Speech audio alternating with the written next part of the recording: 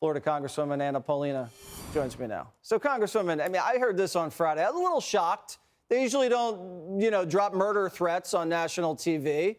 But I thought maybe on Monday they would have addressed it. But no. Does this surprise you? It doesn't surprise me, but unfortunately for Ms. Fonda, Capitol Police takes this issue very seriously, as do I and many other my pro-life Republican colleagues.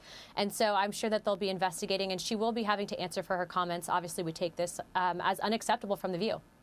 Did you contact the Capitol Hill Police and maybe show them a clip of this? Is that what you did?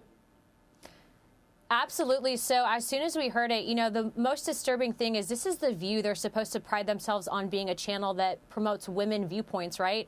Yet if you're pro-life, they want to essentially promote someone that's calling for your murder.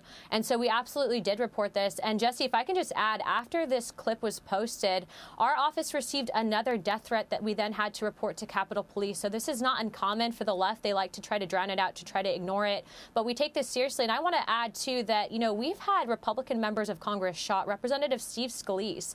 And so for people to go on national news outlets and make these calls of violence simply because they don't like the fact that we are taking stands to protect life, I mean, these people are unhinged, but they need to be held accountable. There should not be a double standard. Are you tracing the death threat that you received after Jane Fonda said this directly to Jane Fonda? Absolutely. So the individual that made this comment actually posted it under her video of The View, saying that the only good conservative and Trump supporter was a dead one. And that was after this comment was made, and that was made at us. And so I just want to make this point known that we've talked to Capitol Police, and it's especially alarming, being that Republican female members, especially female members as a whole, seem to be more targeted because a lot of these predators look at us like victims.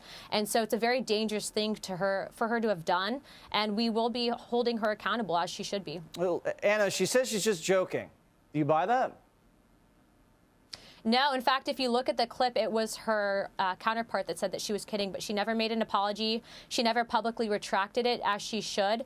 And ultimately, I think it says a lot that The View's choosing to ignore it, even though a lot of conservative media, to include Fox, has called them out on it. The fact that they're trying to hope that this blows over is something that we're not going to let them get away with. And I do anticipate that Capitol Police will be going to her house, just like they did with Madonna when she made those gross comments as well about, I believe it was former President Trump.